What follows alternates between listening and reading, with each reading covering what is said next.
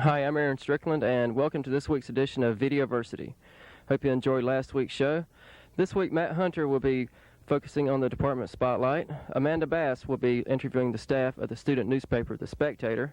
And Janie Clark and Tommy Simpson will be probing the campus for this week's question of the week. And I'll be back later on with this week's entertainment segment. Hi, I'm Janie Clark. I'm here at the Ed Center with the question of the week. And the question of the week is, what is the best thing about attending VSU? The best thing about attending is that there's not too many people here, and there's just enough to, you know a lot of people, but you don't get lost. The girls, maybe, I don't know. There's lots of girls around. I like the teachers. I like the fact that they are here to teach and they're not here just to do research, and they actually will give you the one-on-one attention that you need. He protects all living things in the forest. But he can't do it alone.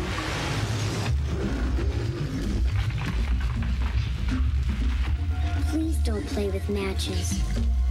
Put out your campfires. And never, ever forget the words of Smokey Bear. Only you can prevent forest fires.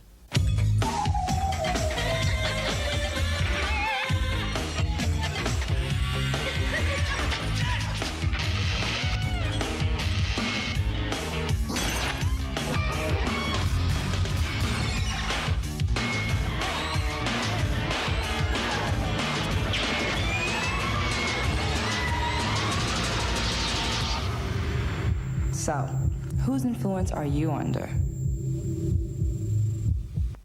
Welcome to the Departmental Spotlight. This week we go in search of North Campus and the Business Department. I'm your host, Matt Hunter.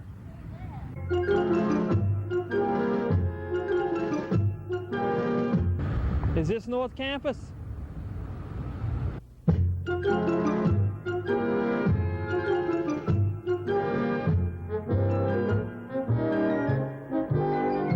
Is this North Campus?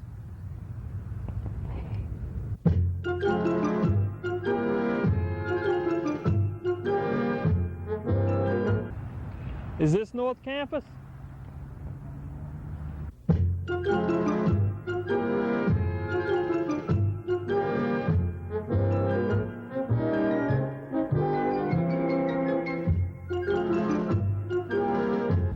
Well, we finally made it to North Campus. Let's go interview Dean Stanley and find out more about the business department.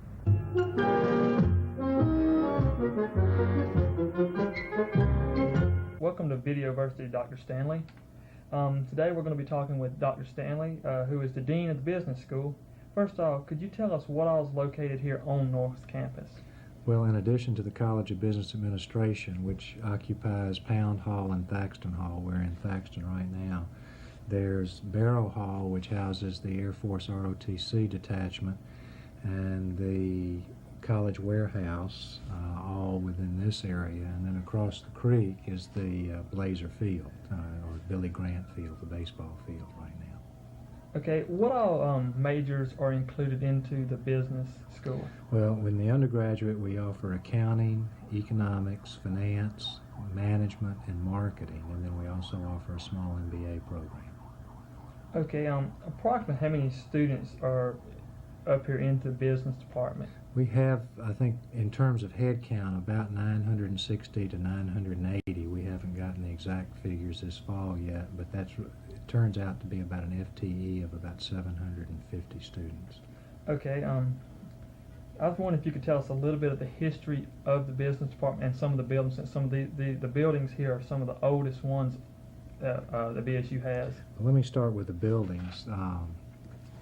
This was originally created as Emory College at Valdosta. It was a 2-year men's school, and Pound Hall was originally built in the early 1930s.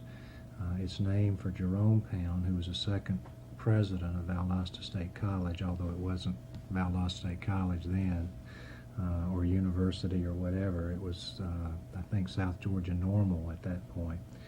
Emory maintained a two-year men's school here on this campus through 1953.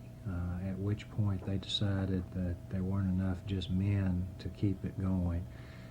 At the time, it was one of 3 Emory campuses outside of Atlanta. There was Valdosta, there was one located up in Young Harris, which is now Young Harris College, which is a Methodist school, and there's Emory at Oxford, which is a 2-year school. Emory at Oxford is the only one that still continues to exist.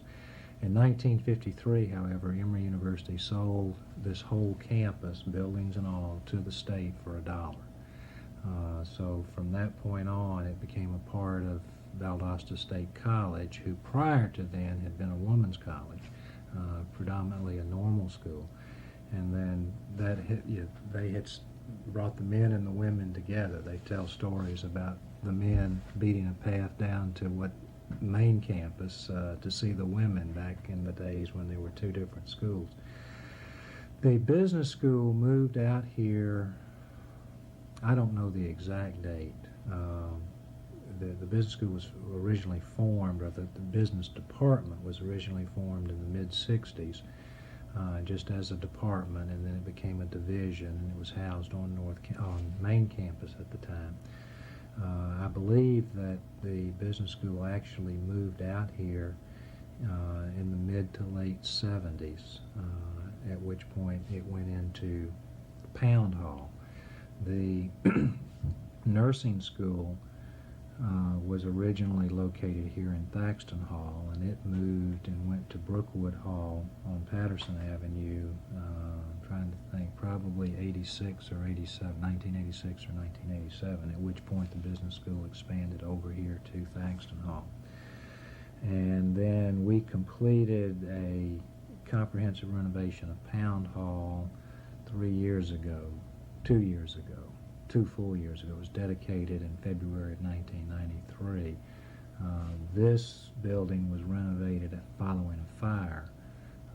By the way, this originally was a dormitory, but so it's been renovated a couple of times, but the most recent renovation was after a fire out here.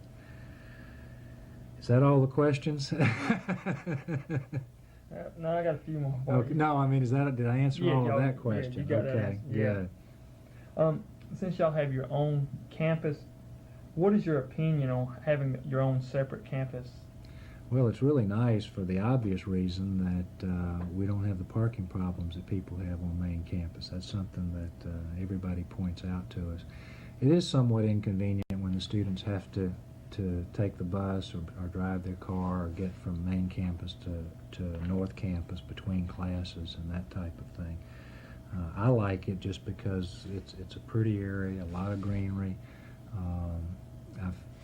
It's easy enough for me, I guess, to take the bus or go to North Campus or to main campus. We get confused sometimes. We call this main campus out here, and the main campus we call South Campus. So I get my titles confused sometimes, but it really is nice just being out here. We do have the Air Force ROTC for company, and then the college warehouse trucks go back and forth a lot, and then the intramural field beyond Barrow Hall is used extensively for flag football and soccer and those types of things, and at times when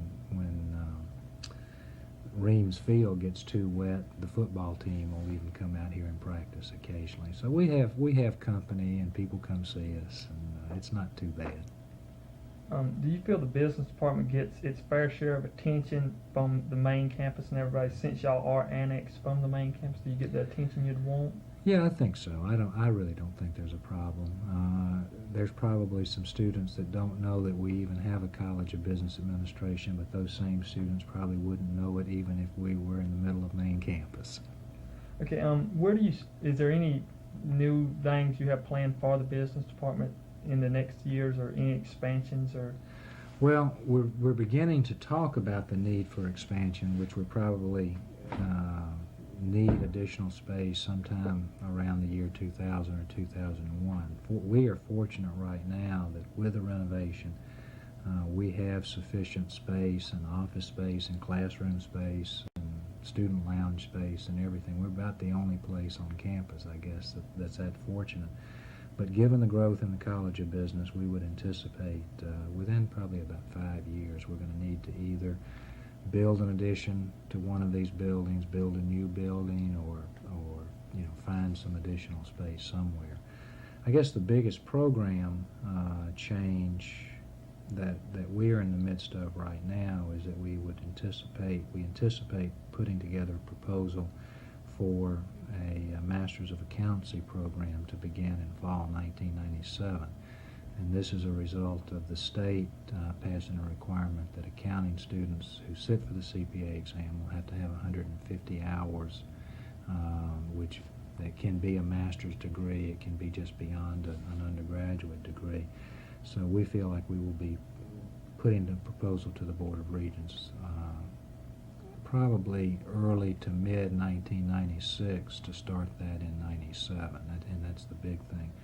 Right now we're in the midst of, as is everyone on campus, beginning to plan for conversion to the semester system in the fall 1998, so that's keeping us busy too. Okay, last thing I would like to ask, if there was a high school student or something that was getting ready to go to school, what would you say to them to tell them to come to Valdosta State University and major in business and come to the North Campus here? Well, I think the first thing I would tell them is come to Valdosta State University. The university is large enough that it offers a wide variety of programs, but at the same time, I think our teaching philosophy, we're small enough that students don't get lost. They get a lot of individual attention. They're taught by full-time professors. I think that the important thing is that we really have something unique at Valdosta State University that a lot of larger universities don't have, and I hope we never lose that. I guess if I'm trying to recruit them for business, I want them to be interested in business first. So there has to they either have to be undecided or somewhat interested in business. I would have a hard time convincing someone who wants to be a teacher or a television director or a nurse that business is where it is. Basically, what I would share with them is our facility, a great state-of-the-art facility technologically. We have video cameras and all the stuff to show VCRs and bring in satellite downlinks into every classroom. Our faculty is very student-oriented. It's working for a mentor relationship with the students, but ultimately we are working. Our success is going to be ultimately measured by the students' success, and we have short-term goals like passing courses and graduating, but our ultimate long-term goal is the students' professional success in business. So 20 years down the road, 25 years down the road, when some of our students have worked their way up to very significant business positions, managerial positions, then I think we're going to be at a point to say, yes, we've helped them. It's going to take them a lot of hard work for them to get there, but maybe we gave them the foundation and some of the values and attributes that they need to be successful throughout their professional career. In a life-threatening emergency, you should know what to do. Say a loved one exhibits unusual symptoms. The first thing to do is... Clear! No. The first thing to do... Oh! Tourniquet! No! The first thing you do is pick up the phone and dial your emergency number. Call 911 first. Right. How about mouth-to-mouth? I don't think so. To learn more about life-saving techniques, contact your Red Cross. Someone out there needs help, and you've decided to save them. Every year, thousands of people die waiting for organ and tissue transplants. To be a donor, even if you've signed something, you must tell your family now, so they can carry out your decision later. Otherwise, it's like throwing a 12-foot rope to someone who's 15 feet away. Share your life. Share your decision.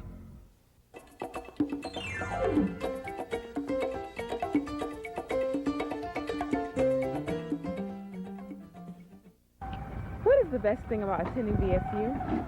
I think meeting the people is my favorite part. I've met so many people here and made so many new friends, and it's just been great. Well, you get a chance to learn a little something, but you miss out on, so I enjoy coming.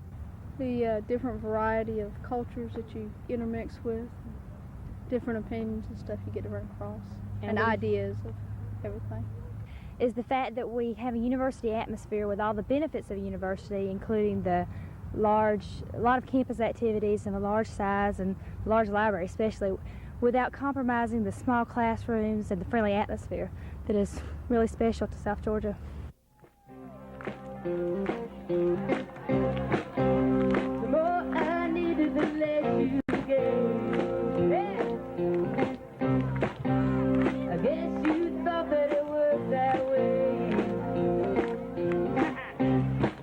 Hi, I'm Aaron Strickland with this week's entertainment segment of the show.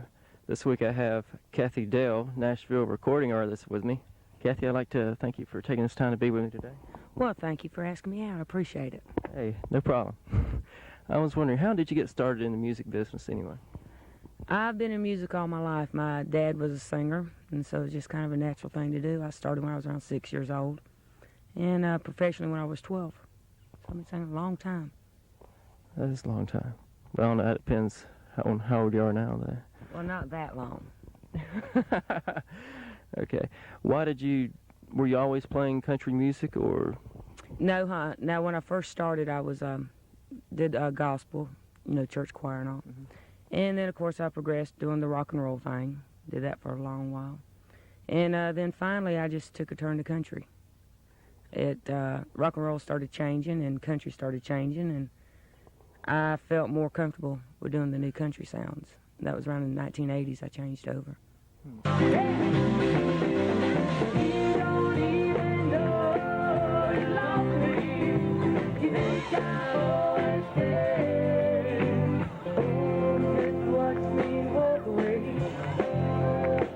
I understand you were the house band at a local club here in town. Could you tell me a little bit about that situation? Yeah, we were a house band over at the Country Palace, which was for about 4 years. And we loved it there. It was real nice. It was a good place to get your show together and be in front of a live audience about every night. Got a lot of friends from there and a lot of good fans and all. And it was a great experience to be able to be in one place for so long, because we were on the road for like around 4.5 years prior to that. And it was like a different town, different club every week. And sometimes you drive 16 to 24 hours to get to the next gig, so it was nice to be home, and just stay in one place.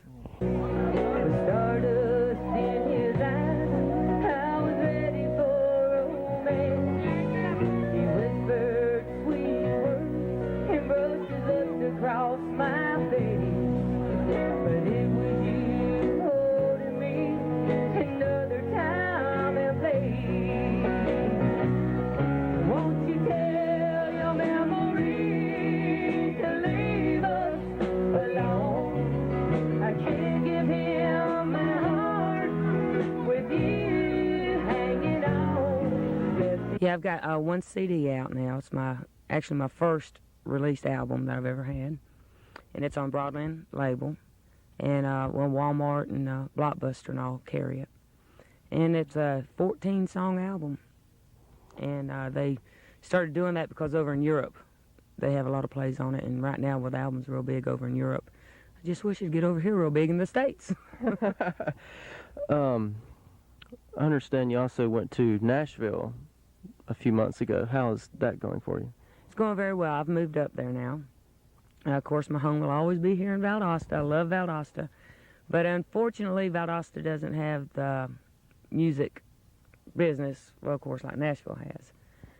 And up there, you just have more opportunity, because you have to get into that scene with that clique and meet the right people and just hope and pray that it all works out. So have you met the right people? Is your career progressing pretty well up there? Or? I've met quite a few people. I've met some good songwriters and all, and which recently I've started doing demo work for them, which this past Thursday I was in the studio recording a demo for Reba McEntire, which that was a lot of fun. And when I get back, there's several more. I don't know if you recall of Don and Daryl Ellis.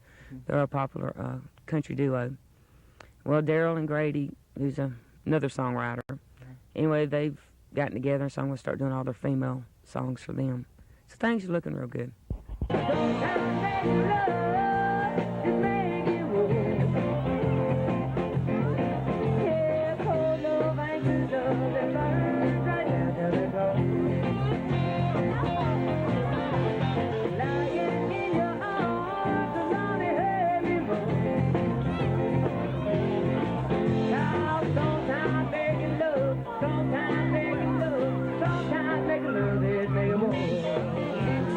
How can you be contacted for booking information? Okay, well, you can contact 247-1029, and that's here in Valdosta, and they can give you all the information. Okay. Is that your number here or your parents' house? It's my mom. She'll love everybody calling her. She'll kill me, but do it anyway. It's okay. She's got an answering machine, so if she doesn't really want to talk, she'll just let it play. All right, well, that's about all the time we have for today. Again, I'm Aaron Strickland for this week's entertainment show. I'll see you again next week. And Cathy, I'd like to thank you for taking this time to be here with us today. Thank you very much. I've enjoyed it. All right, we'll see you next week.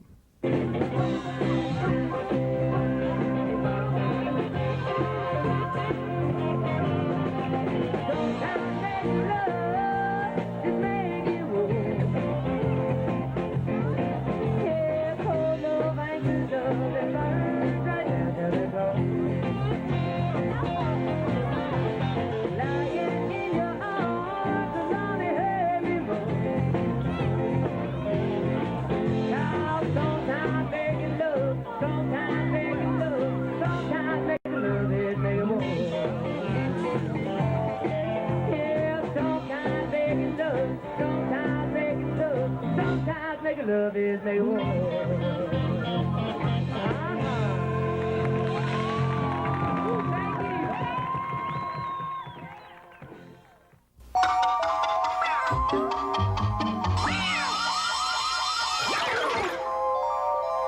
Janine woke up in a cold sweat with one thing echoing through her brain. Who was this guy in her bathroom? Meanwhile, Barry was thinking, whose bathroom am I in? Janine remembered going to the party the night before and getting smashed out of her mind. Barry remembered getting drunk and acting really stupid. Eventually. The whole evening came back. Oh, I must be really stupid. I must be really dumb. What did I do? How did I get myself into this? Well, what did I do? How did I get myself into this? What about... What about AIDS? Then they both realized, much to their relief, that unlike the rest of us... They were just cartoons. Get high. Get stupid. Get AIDS.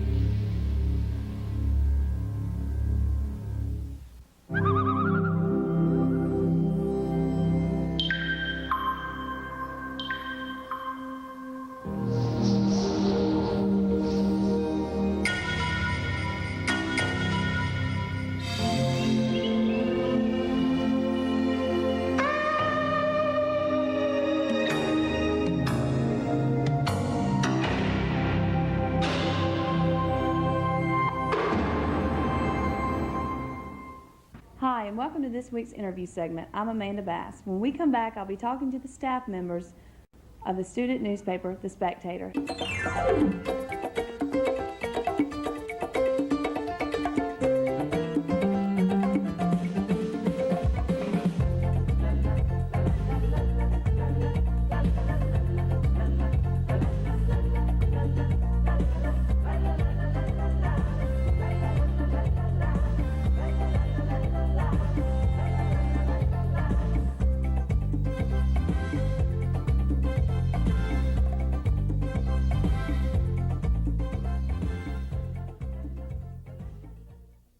For our viewers who are not familiar with The Spectator, could you explain its purpose?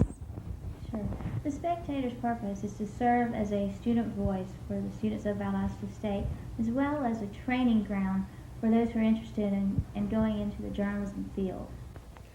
Since working on The Spectator, I've learned that everyone has a voice and can have a voice in their community. I've learned that the media is a powerful political weapon. I've learned that my basic thoughts in life, my basic ideas about life can be printed and can be read and can make a difference in someone else's life. Gives students the opportunity to work on a real paper and gives them the knowledge that they'll need in case they ever want to. Todd Clements is the circulation manager for The Spectator. Well, I like the interaction with the students, I think, most.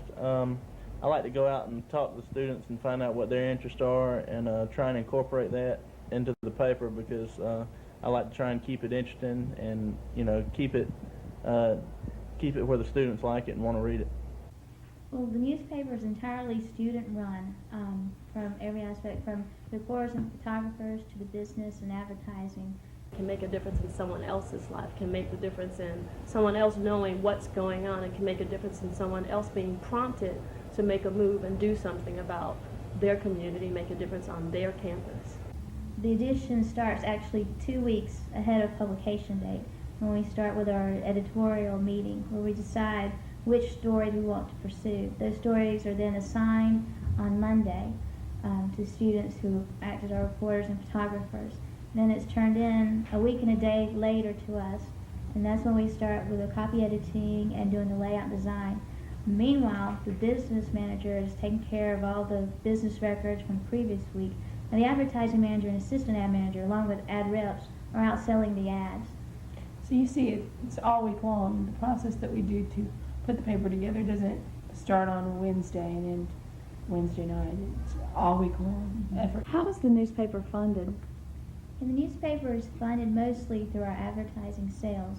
We do receive some monies from the student activities fee, but those cover our cost of just a subscription to the school. All our other funds are raised through advertising. That's why it's so important that you have the business end of the paper, not only the editorial end, but the business end gets the advertisement so we can have the paper. Like I said, it's all a team effort.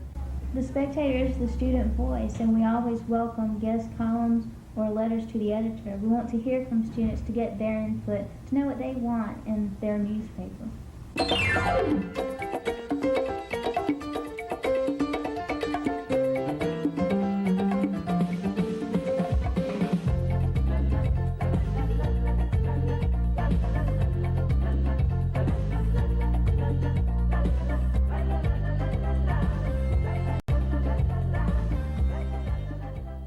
Mm-hmm. 2 o'clock. Okay. Your employees who serve in the National Guard and Reserve may seem different. They may work a little harder, be more confident, more willing to make the extra effort to get the job done right. So when your employees need time off to serve, remember, it's not just good for our country, it's good for your business. Glad you could all make it.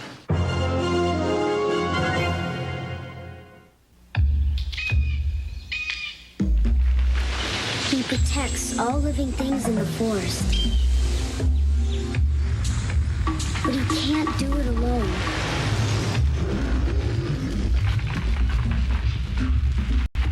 Please don't play with matches. Put out your campfires. And never, ever forget the words of Smokey Bear. Only you can prevent forest fires.